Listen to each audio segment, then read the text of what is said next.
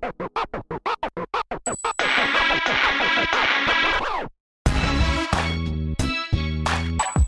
the number you have dialed is not in service at this time.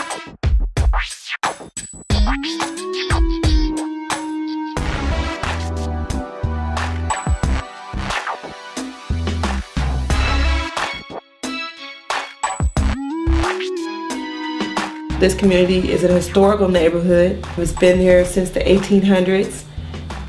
Many of the people in this community were part of the neighborhood that would feed its community, part of the Black Panthers.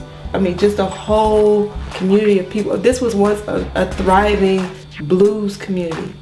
So if you can imagine people, it was barbecue in this community, you know, fish. You could come down here and get, I mean, just any type of home, down home food that you want to get. And now those stores are, you know, slowly dwindling.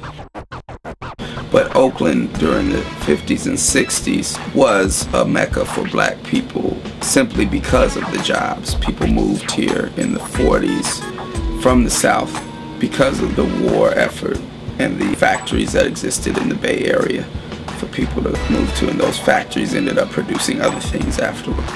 They quickly were shut down. It left a large section of the working class, mainly Black people in the Bay Area, having to find other forms of income. There hasn't been any big production jobs for Black people in Oakland for a good 40 years when plants started closing down and being moved to Mexico for cheaper labor. You know, it used to be that since they did have some industry in Oakland, they needed Black people to be close to the factories and things like that.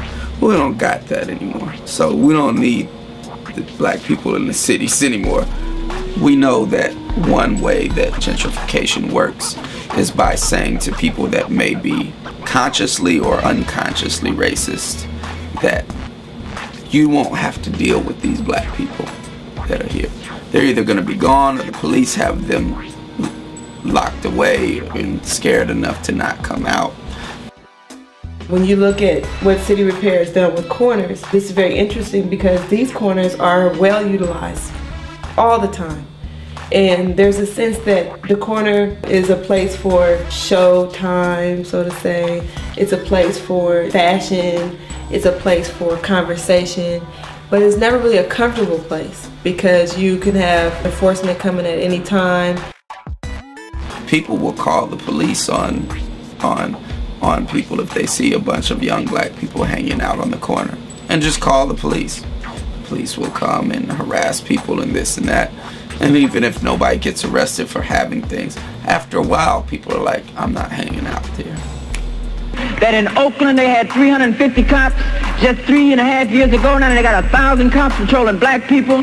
San Francisco's doubled its police force, and every area, major metropolis where Black people live all across this country, they've doubled, tripled, and quadrupled their police force, equipped them with tanks, all kinds. We got to stop it, brother. Let's get together and unify.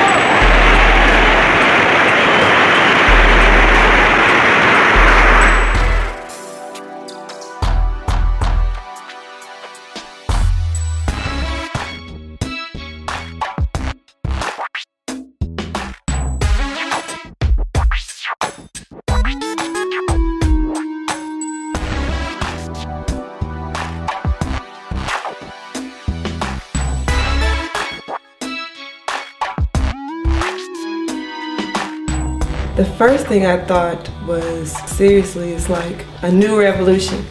I thought of communities becoming involved in something that they hadn't ordinarily become involved in before. It seemed like a movement that this community had seen before, but in a different sense. It meant that there was more connectivity between each other. There was more communication. And the idea is that some people will move in and integrate into Black neighborhoods that really want to be part of the community. But the way to fight this taking over of a neighborhood is to make art and make things where the neighborhood can congregate more. And that if you're going to come, you're going to end up having to be part of the community.